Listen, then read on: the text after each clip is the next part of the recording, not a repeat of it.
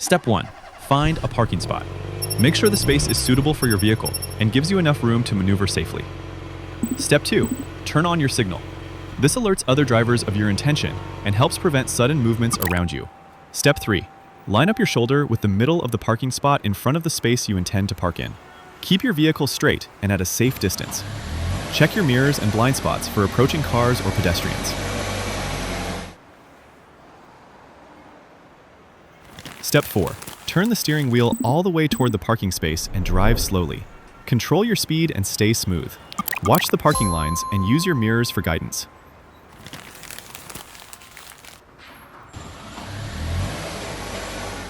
Step 5. When your car body becomes parallel to the parking space line, straighten the wheel and continue moving forward until your car is fully inside the space.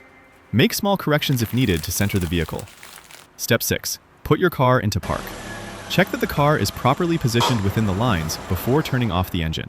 If this lesson helped you, subscribe to John Driving School for more practical driving tutorials.